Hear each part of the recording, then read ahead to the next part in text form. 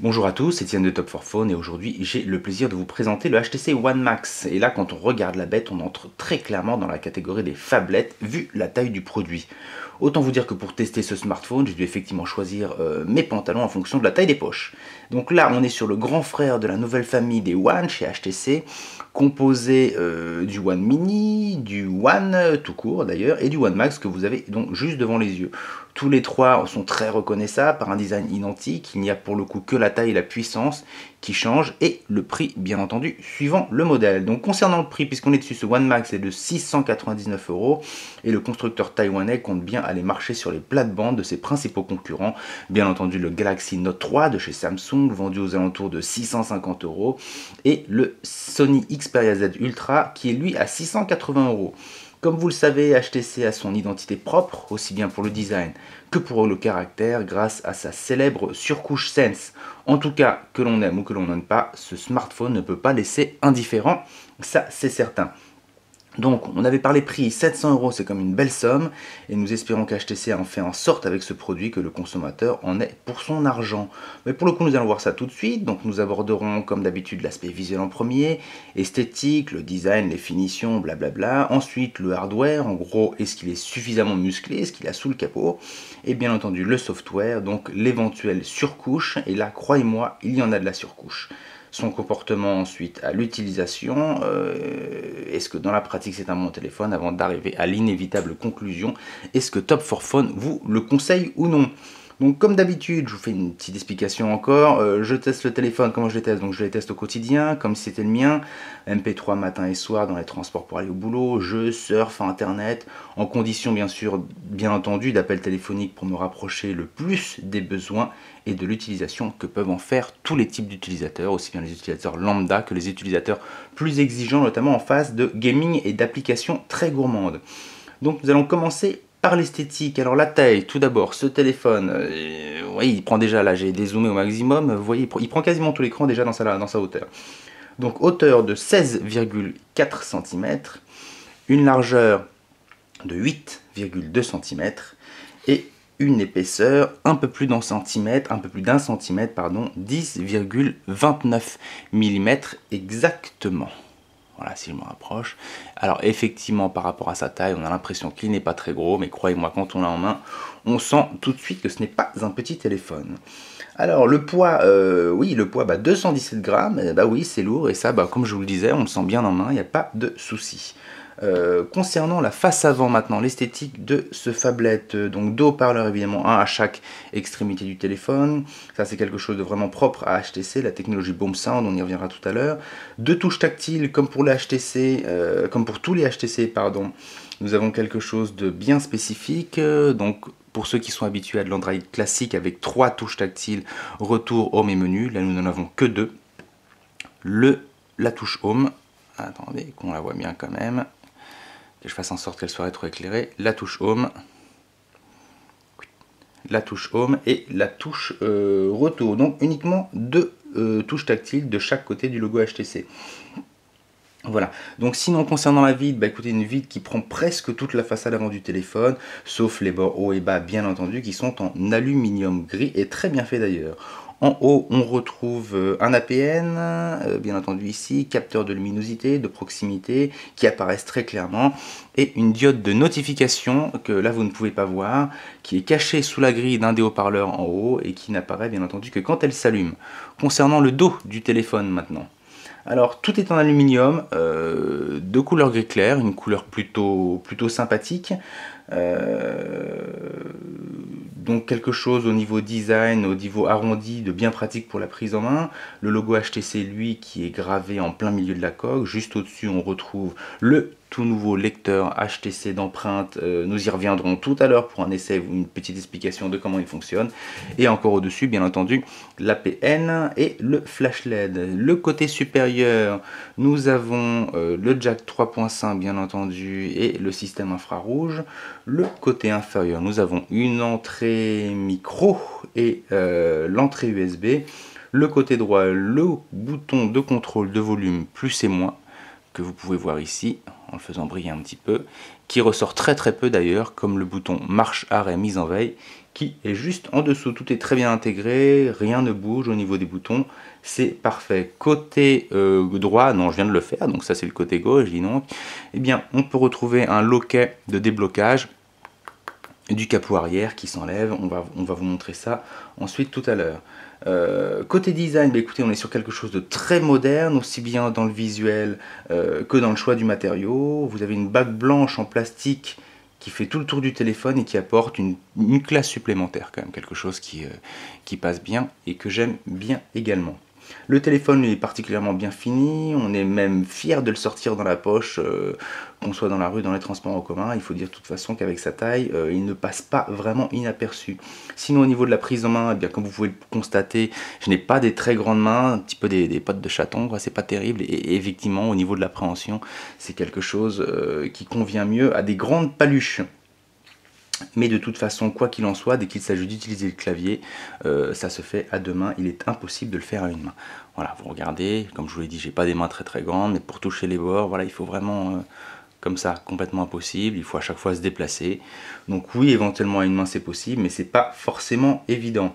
Nous allons voir maintenant ce qu'il y a une fois ouvert. Qu'est-ce qu'on a? Alors tout d'abord, comme je vous l'avais dit tout à l'heure, il faut passer par ce loquet que l'on pousse vers le bas.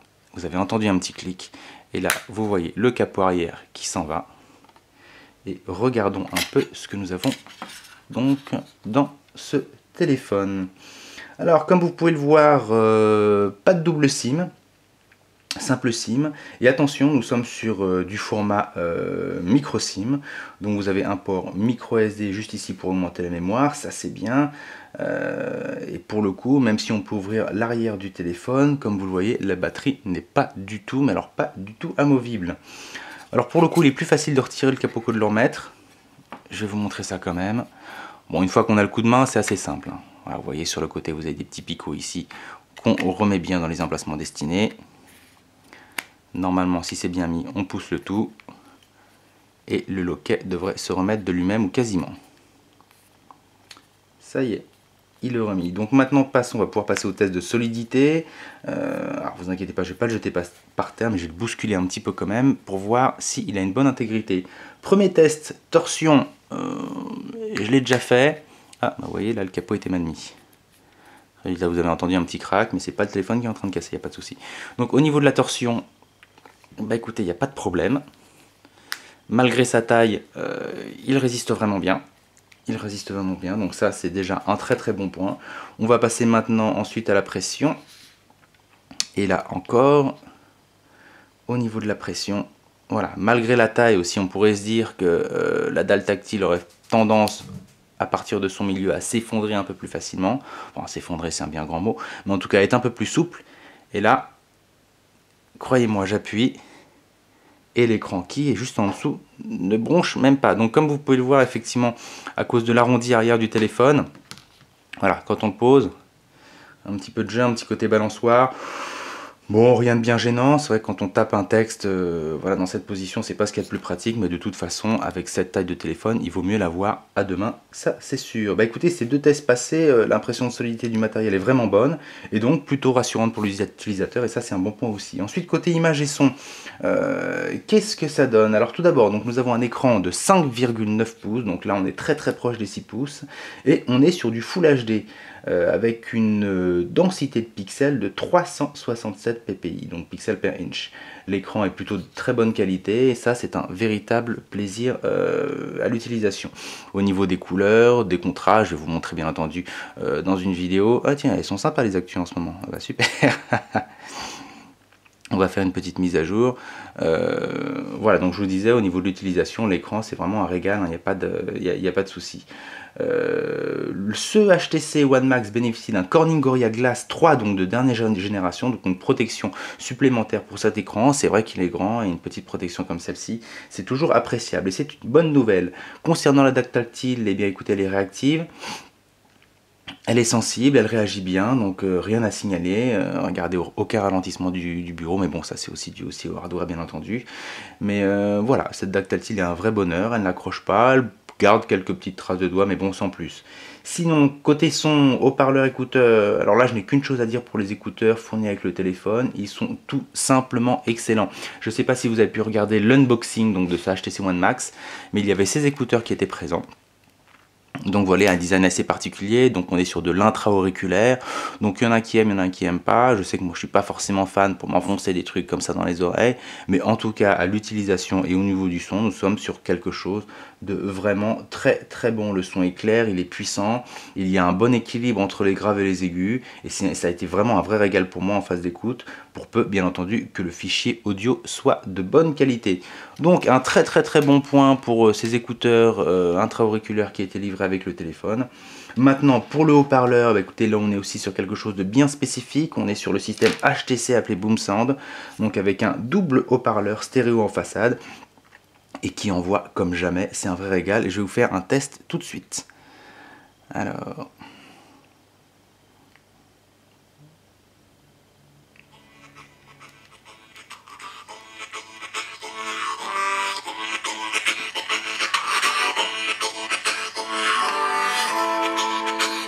Alors bien entendu, avec la vidéo le son est un petit peu étouffé, c'est peut-être pas forcément ce qu'il y a de mieux, mais croyez-moi, là je l'ai mis à pleine puissance, et les haut-parleurs ne mouftent pas, c'est juste extraordinaire.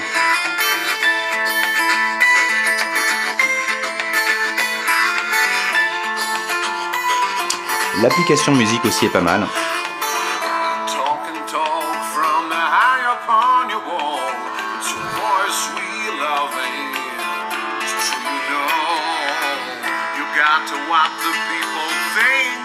Voilà, comparé au son qui sort de l'arrière du téléphone, là on est vraiment sur quelque chose de très très bon.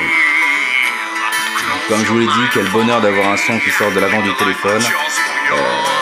Grâce à ce système, on a des séances ciné pour le coup qui sont bien plus sympathiques. Et logique du coup, je préfère largement ce système à un son qui sort de l'arrière du téléphone et qui a tendance à être étouffé dès qu'on le pose sur une surface. Voilà. Donc là pour le coup, je pense que vous avez pu avoir un bon aperçu de ce que peut donner le son sur ce téléphone. Les haut-parleurs, c'est vraiment très très très appréciable. Sinon en essai vidéo, parce qu'on va faire quand même un essai vidéo, on a parlé de la dalle tactile, on va voir l'écran, ce qui donne aussi en vidéo. Bah, écoutez, il n'y a rien à dire, le 720p comme le 1080 tourne à merveille, on entend presque le téléphone ronronner, c'est un vrai plaisir. Donc je vais vous reprendre des vidéos, une en 720p, tout d'abord, quelques secondes pour vous montrer, et on va passer ensuite à un essai rapide en 1080.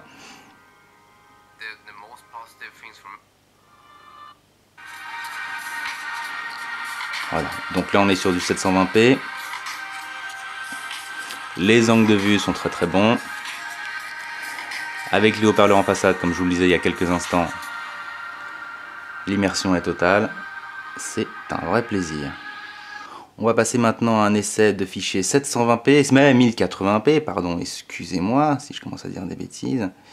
Voilà, celle-ci je crois que je vous l'ai déjà fait tourner. Apparemment vous aimez bien. Donc comme vous voyez, ça ne moufte pas, c'est fluide, ça réagit immédiatement. Quand on joue avec le fichier, on avance, on recule. Il n'y a aucun souci, le téléphone ne bronche pas. Je vous laisse profiter encore quelques secondes.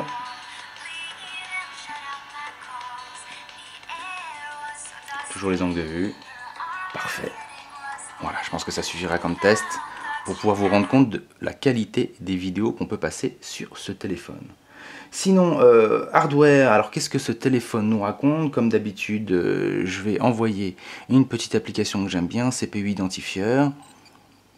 Alors, ce téléphone, qu'est-ce qu'il nous dit? Eh bien, écoutez, en CPU, nous sommes sur du Qualcomm Snapdragon 600, donc un quad-core cadencé à 1,7 GHz, avec, comme j'ai pu, un Adreno 320 et 2 Go de mémoire vive. Alors oui, on peut reprocher éventuellement à HTC de ne pas avoir choisi le S800, qui pour le coup a été adopté par la plupart de la concurrence, et que l'on retrouve par exemple sur le Galaxy Note 3, et le Xperia Z Ultra au même titre que pour le coup l'Adreno 330 en GPU. Alors oui, du 600, du 320 Adreno, c'est dommage, ça aurait pu être plus, mais pour le coup dans la pratique on ne voit pas la différence, et ce phablet se montre tout à fait véloce dans n'importe quelle situation. Sinon en termes de performance, on va voir un petit peu ce que tu as dans le ventre, en faisant tourner les applications habituelles, donc Antutu, Quadrant, Epic Citadel, et bien entendu 3D Mark. Donc là je vais vous lancer Antutu immédiatement. Le dernier score que j'avais fait, 26 100, vous voyez quelque chose de vraiment bon. Là on est vraiment sur du haut de gamme. Je vais relancer le test bien entendu parce que depuis j'ai malmené un petit peu le téléphone, j'ai installé pas mal d'applications et donc il est possible que nous ayons un score un tout petit peu moins bon. Mais à mon avis pas de beaucoup. Je lance le test, je vous dis à tout de suite.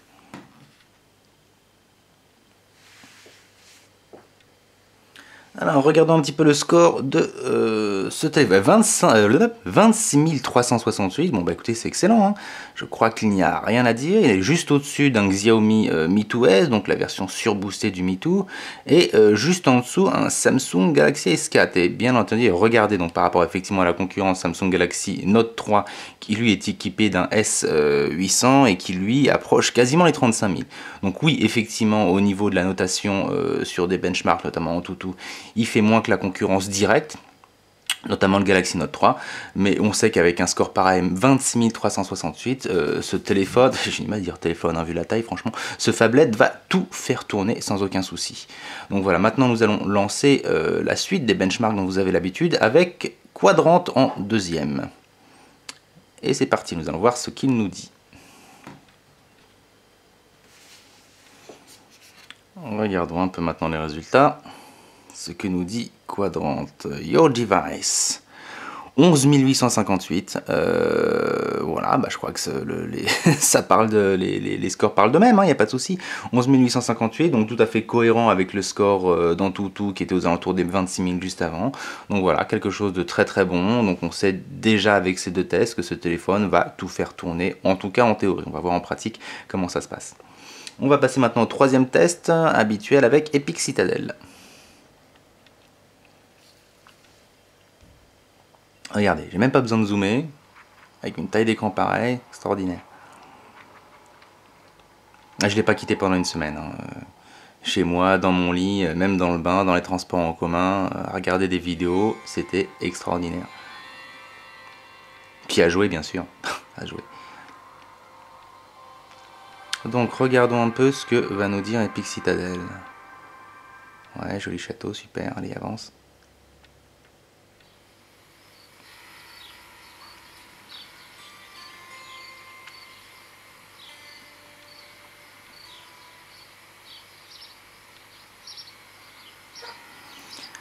Alors, benchmark, c'est parti.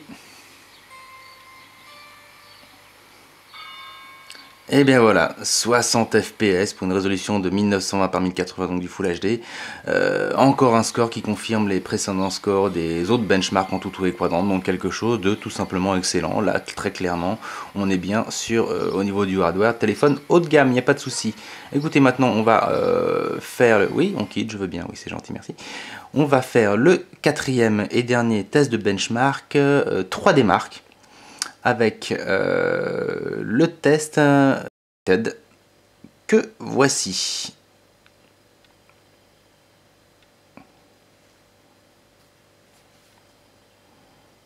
Il se lance et je vous dis à tout de suite. Alors le score 10 573. Bah, écoutez, il n'y a rien à dire. Très bon score. On va essayer maintenant de le comparer. Voilà, donc à Storm Extreme, ce que j'avais fait donc juste après avoir déballé le téléphone, 7135 et donc 10 998, donc on approche les 11 000, c'est quelque chose d'excellent. Alors en comparant maintenant à d'autres devices, donc à d'autres téléphones, donc sur une base de iStore Unlimited, Nous avions donc dit 10 000 et quelques. Eh bien écoutez, on est quasiment à égalité avec le Xiaomi Mi 2 S. Donc je vous avais dit la version un peu surboostée du Mi 2 de chez Xiaomi. Un Pantec Vega Iron qui est un peu au-dessus aussi avec 11 268. Sinon en dessous on est sur du LG Nexus 4. Marco, si tu nous vois, je pense à toi. Et du Sony Xperia A avec 10 666. C'est le Nexus 7 lui-même qui a 10 620. Voilà, bah écoutez, que des bons scores, pas de surprise par rapport à ce téléphone, et je vous propose de voir immédiatement en pratique ce que ça donne. Voilà, ce duo Snapdragon S600 et Adreno 320, pas 330, je vais vous montrer tout de suite avec un jeu que j'adore d'ailleurs, qui est Asphalt 8, qui est parfait, puisqu'il est gourmand en ressources, il y a de la vitesse, il y a de la couleur, il y a du graphisme, il y a des effets spéciaux. Et parfait donc pour tester le hardware, les qualités de hardware de vitesse de ce téléphone.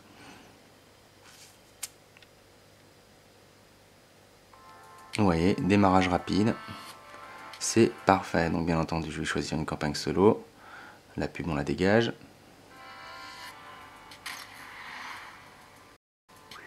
Et qu'est-ce qu'on va prendre? Eh ben écoutez, Londres, c'est parti.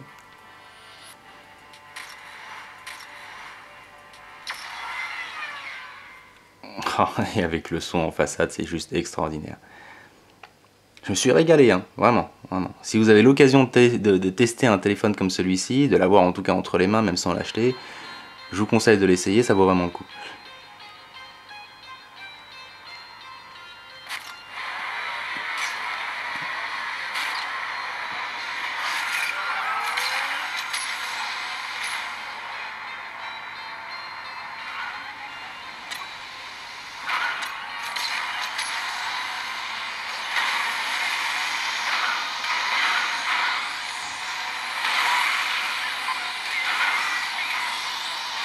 Les phases de jeu sont vraiment sympathiques, ça ne bouge pas, c'est fluide, c'est net.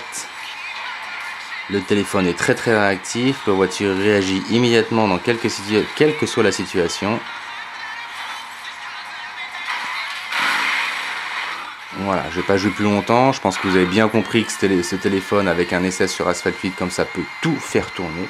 Et ça c'est un très très très bon point. Voilà, bah écoutez, nous allons sortir maintenant. Ensuite, pour tout ce qui est mémoire de stockage, 16 Go de mémoire interne de stockage, donc forcément un petit peu moins avec la surcouche et Android d'installer. La bonne nouvelle est le port micro SD qui accepte jusqu'à 64 Gb, donc ça c'est vraiment très sympa. Malheureusement, il semble impossible d'installer d'autres applications dessus. Ce ne sera que la mémoire interne, c'est bien dommage. Mais bon, 64 Go de plus, c'est quand même une bonne nouvelle pour pouvoir y installer et y stocker du fichier. Sinon, au niveau de la connectivité de ce téléphone, quelque chose de très complet, hein, prise jack 3.5, du micro USB, Bluetooth 4.0 avec aptX, Wi-Fi, A, B, G, N, la technologie DLNA pour transfert de contenu multimédia de téléphone vers un téléviseur ou un ah, c'est d'actu. Vers un téléviseur ou un ordinateur compatible bien entendu. De l'infrarouge, je vous l'ai montré tout à l'heure, GPS, AGPS compatible GLONASS, et oui, et de la 4G. Ce processeur accepte la 4G, il n'y a pas de souci, je suis sûr que ça fait plaisir à beaucoup d'entre vous. Sinon, concernant le débit d'absorption spécifique, écoutez, je suis désolé, j'ai pas réussi à avoir l'information pour l'instant à l'heure où j'ai tourné cette vidéo, donc bien entendu, je vous mettrai cette information dans l'article accompagnant la vidéo. Concernant l'accroche réseau GSM web mobile de ce téléphone, écoutez, j'étais très surpris, puisque ce One capte peut-être même mieux que la moyenne des téléphones que j'ai pu tester avec la même puce. Et aussi le Wi-Fi qui se montre particulièrement véloce et particulièrement sensible, puisque je capte à des endroits où je ne capte pas habituellement avec la plupart des téléphones. Donc ça, c'est une très bonne nouvelle aussi. Sinon, concernant le système d'exploitation, alors là nous sommes sur quelque chose de vraiment bien spécifique, donc du Jelly Bean 4.3 et du Jelly Bean à la sauce HTC, et ça, croyez-moi, ça vaut le déplacement. Pour rappel, HTC depuis quelques années a mis au point une surcouche du nom de Sense, pensée à la fois pour optimiser la communication et le confort d'utilisation du consommateur, et le tout, bien entendu, sur une base Android. Donc depuis 2 ans maintenant, voire un peu plus je pense maintenant, HTC perfectionne Sense en lui apportant au fur et à mesure différentes fonctionnalités nouvelles ou en perfectionnement de celles qui étaient déjà en place. Et aujourd'hui nous en sommes à la version la plus récente, Sense 5.5, qui est donc installée sur ce One Max. Alors, dans la pratique, maintenant, que propose cette surcouche Sense? Déjà un visuel propre à HTC, aussi bien dans les icônes que dans les menus, je vais vous montrer, donc quelque chose qui diffère un petit peu de l'Android classique, mais bon, qui au niveau de l'utilisation, pour ceux qui sont habitués, ça ne changera strictement rien du tout. Sinon, on l'a vu tout à l'heure, HTC n'a choisi que 2 touches générales d'interaction, retour et home, au lieu des 3 classiques dont nous avons l'habitude. Donc c'est effectivement un petit peu déstabilisant, donc retour ici, hop, et home là, un petit peu déstabilisant au départ, mais on prend vite l'habitude. Sinon, pour effectivement accéder aux tâches de fond, c'est bien ça. Donc un petit exemple, il faut 2 appuis brefs sur la touche Home et non un appui long prolongé dont nous avons l'habitude. Donc voilà, ensuite nous arrivons directement aux tâches de fond. Et pour les terminer, on les envoie valser vers le haut. Voilà, c'est vraiment tout simple. Sinon, la grosse nouveauté, bien entendu, pour ce HTC One Max réside quand même dans le lecteur d'empreintes. Donc je le remonte, qui est placé juste à l'arrière du téléphone, comme vous pouvez le constater. Donc c'est une technologie radicalement différente de celle de l'iPhone 5S d'Apple, que j'ai eu le temps de 5S d'Apple, effectivement, que j'ai eu l'opportunité de tester, que vous avez peut-être déjà vu. Alors tout d'abord pour le paramétrer, puisque pour le coup il ne faut pas poser le doigt, comme ça peut être le cas sur le 5S, mais il faut le faire glisser, voilà, sur les lecteurs aussi, effectivement comme ça. Il faudra donc bien répéter ce même geste pour débloquer également le téléphone. Donc c'est un geste assez particulier que je n'ai pas vraiment trouvé très pratique. La technologie marche bien, il n'y a pas de souci. Quand on fait ce geste là, le téléphone se débloque. Alors il a été positionné en arrière j'imagine dans un souci d'ergonomie. Quand on a le téléphone en main comme ça, effectivement, pouvoir faire le geste peut sembler en théorie assez simple, mais dans la pratique, voilà, quand on a une préhension comme ça, voilà, le fait de devoir glisser à nouveau, c'est pas super pratique. En plus, comme il y a la PN qui est juste au-dessus, souvent on a tendance à confondre les deux au départ. Voilà, je pense que c'est une habitude. Moi, malheureusement, je ne m'y suis pas fait. J'ai pas trouvé ça très pratique. Pour le coup, effectivement, celui de l'iPhone 5S qui est placé juste à l'avant, pour moi, me semblait bien plus pertinent. Mais pour le coup, on comprend aussi aisément pourquoi HTC n'a pas pu faire ce choix, puisqu'il lui aurait fallu alors sacrifier un des haut-parleurs en façade, et notamment celui du bas. Mais Sense, pour le coup, à part ce lecteur d'empreintes, propose beaucoup plus, notamment la fonction Blink Feed, ah dis donc, j'ai du mal moi aujourd'hui. Vous avez pu apercevoir tout à l'heure, on tombe dessus dès qu'on allume le téléphone. Cette fonction s'incruste donc dans l'écran du bureau le plus à gauche et propose une sorte de patchwork de flux d'informations choisi préalablement par vous. Ça peut être de l'info, Twitter, votre agenda, et évidemment, tout est actualisable et actualisé régulièrement, ça vous pourrez voir dans les paramètres. Donc là je suis en train de le faire, vous avez vu, oh bonjour madame, vous avez pu voir qu'il l'a actualisé immédiatement. Je vais vous montrer qu'effectivement ensuite vous pouvez choisir différents types d'informations, 20 minutes, BFM, Google, agenda, galerie, TV, donc des fonctions qui sont directement sur le téléphone et pas forcément que de l'information. Ensuite, si vous allez dans les paramètres, par exemple dans les sujets et services, vous pouvez vous-même choisir, cocher, décocher les différents sujets qui vous plaisent pour les voir apparaître ensuite dans cette extraordinaire fonction Blink Feed qui franchement je trouve très pratique et très intéressante pour avoir toutes les informations comme ça sous la main, aussi bien les infos personnelles que les informations classiques que l'on retrouve dans les news. Voilà, sinon vous avez la fonction Zoé aussi particulièrement intéressante qui va elle vous permettre de sélectionner automatiquement les meilleurs moments d'un événement, que ce soit photos ou vidéos qui sont sur votre téléphone pour réaliser une vidéo de 30 secondes. Je vais vous montrer ça tout de suite. Alors, vidéo, c'était là. Voilà. C'est ici. Non, c'est pas là. Alors, attendez que je retrouve ça. Voilà, là où j'ai stocké les vidéos, notamment les vidéos que je vous montre de temps en temps pour tester le 720p et le 1080p sur l'écran. Là, tout simplement, la fonction Zoé qui va vous montrer pendant 30 secondes, fait un mix de morceaux choisis pour en faire une petite compilation avec une musique derrière. Quelque chose d'automatique et de très bien fait.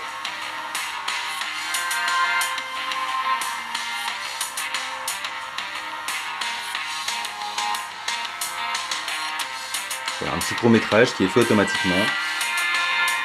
Et pour ceux qui le souhaitent, vous pouvez même choisir la musique de fond.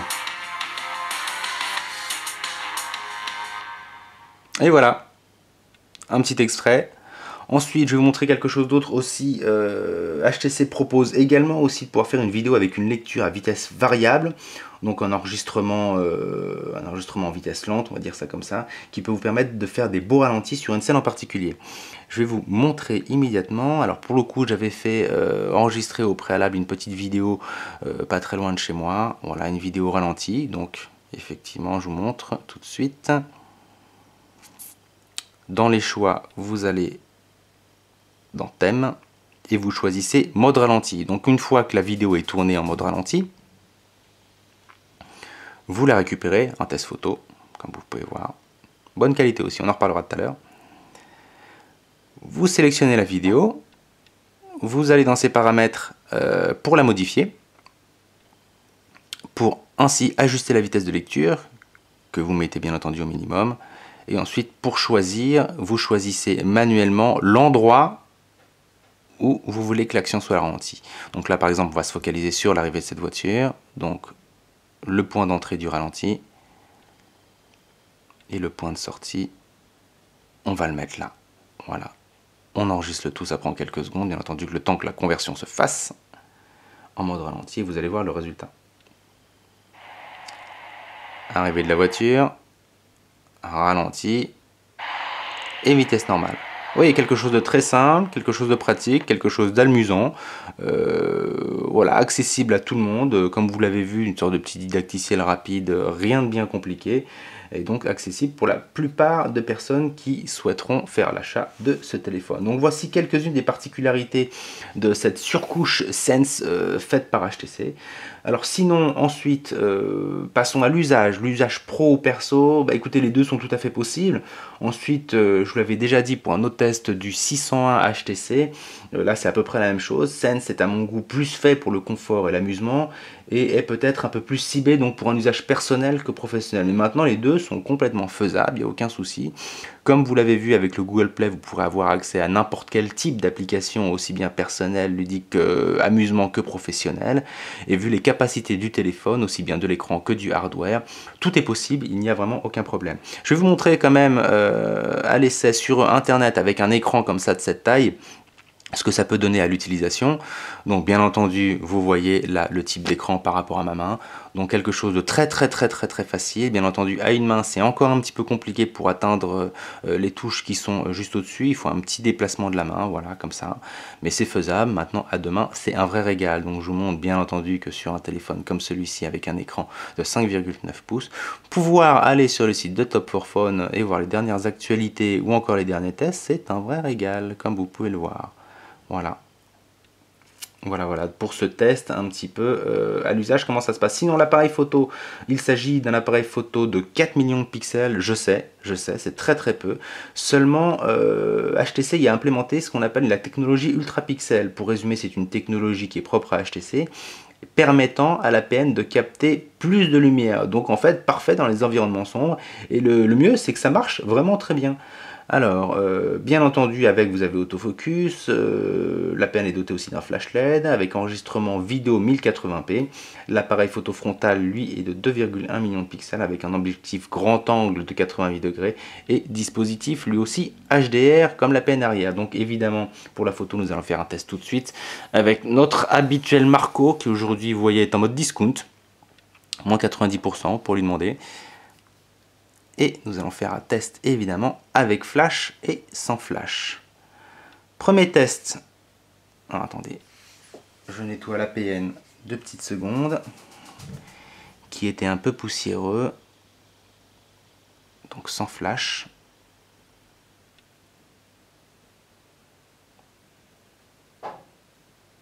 Prise de photo.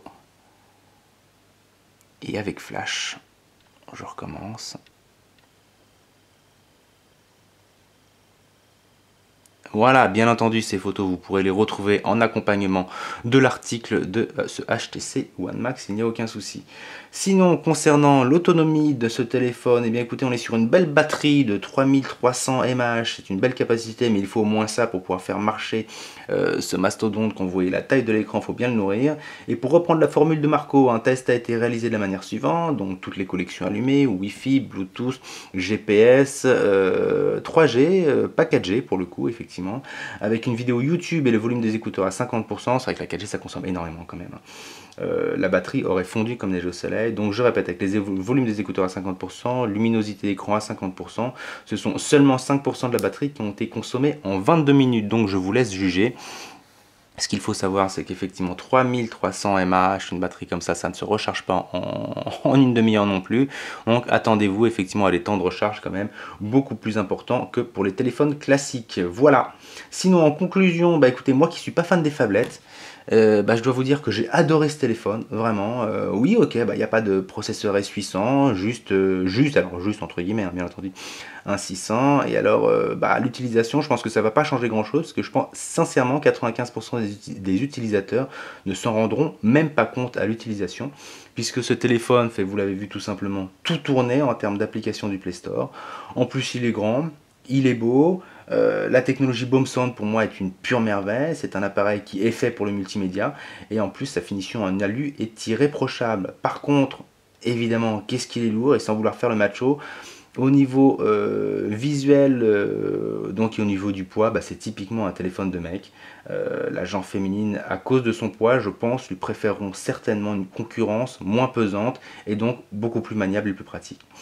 Pour moi aussi, le deuxième défaut est le lecteur d'empreintes, qui n'est pas du tout, mais alors pas du tout pratique à l'utilisation.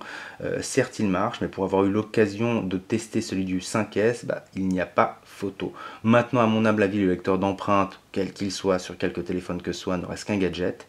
Mais pour tout le reste, ce téléphone est vraiment terrible.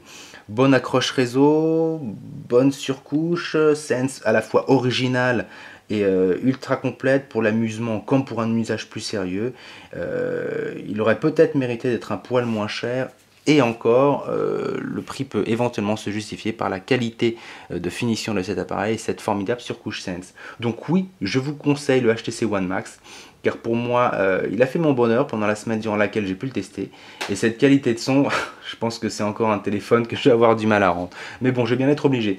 Voilà, c'est la fin de ce test. J'espère que vous avez apprécié cette vidéo. Bien entendu, vous la retrouverez sur le site de Top 4 Phone et sur la chaîne YouTube.